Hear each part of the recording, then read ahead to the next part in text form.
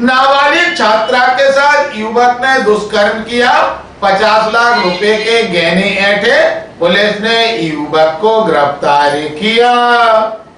कारोबारी की बेटी से दुष्कर्म के बाद 50 लाख रुपए के जेवरात ऐंठने का मामला सामने आया।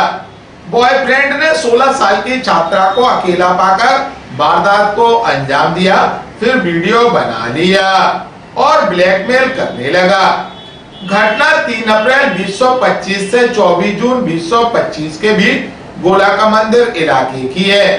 इस बीच उसने अलवारी से 45 तोला सोना, 400 ग्राम चांदी के पुश्तैनी जेवरात और 80,000 रुपए चोरी कराकर ऐंठ लिए।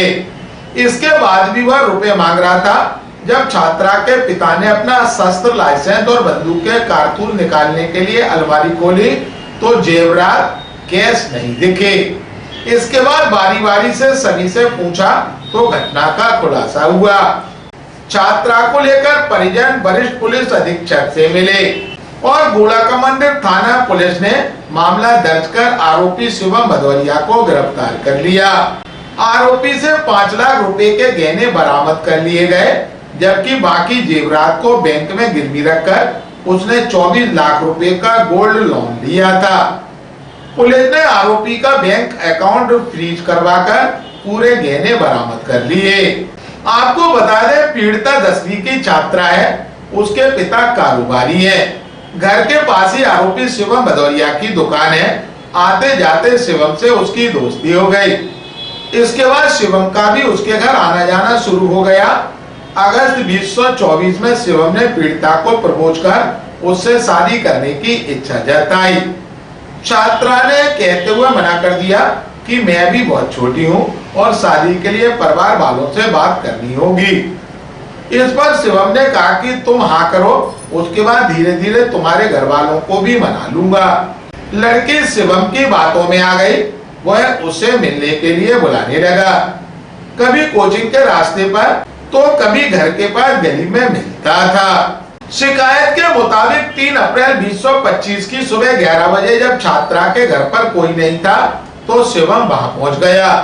उसने उसके साथ दुष्कर्म किया।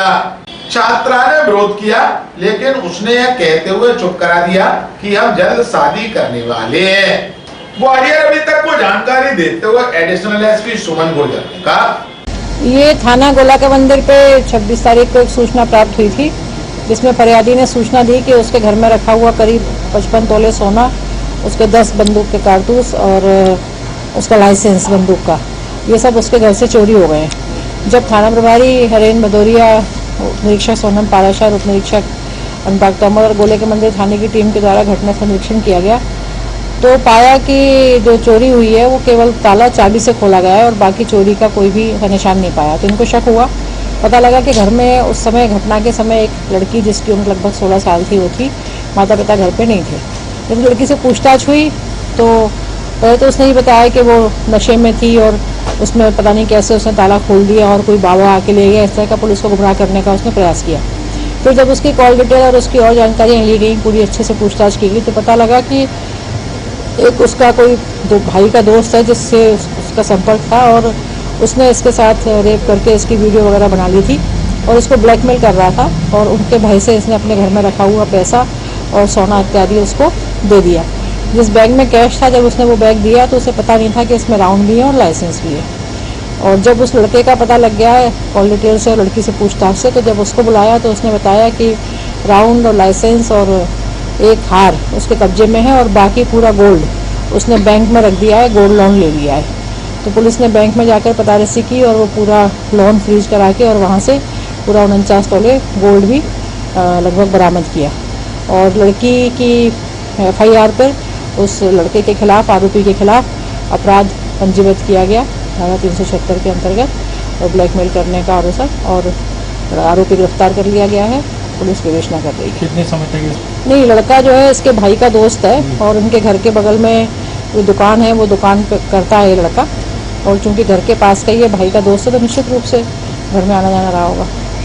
तो इस प्रकार से जो बच्चों को ब्लैकमेल करके और बच्चों को दबाव में लाके और जो वारदातें की जा रही हैं बच्चों से, अपने घर का सामान लिफ्ट करा के, घर का सामान बेच के और उसके तहत एक पुलिस ने बड़ा अच्छा खुलासा किया है। गोला के मंदिर थाना पुलिस ने बड़ी मेहनत करके और बड़ी सूझबूझ से एक छोटी बच्ची से पूछताछ करना, आरोपी बरामद करना और पूरा माल रिकवर करना, ये एक बहुत अच्छी कार्रवाई हुई है। और मैं यही कहना चाहती हूँ कि इस प्रकार के कोई झांसे, बहकावे या दबाव में बच्चे ना आए। कोई भी उनके साथ कुछ गलती हो गई है या कोई भी इस प्रकार का दबाव डाल रहा है तो तत्काल पुलिस को जानकारी दें, पुलिस उनका हर तरह सहयोग करे।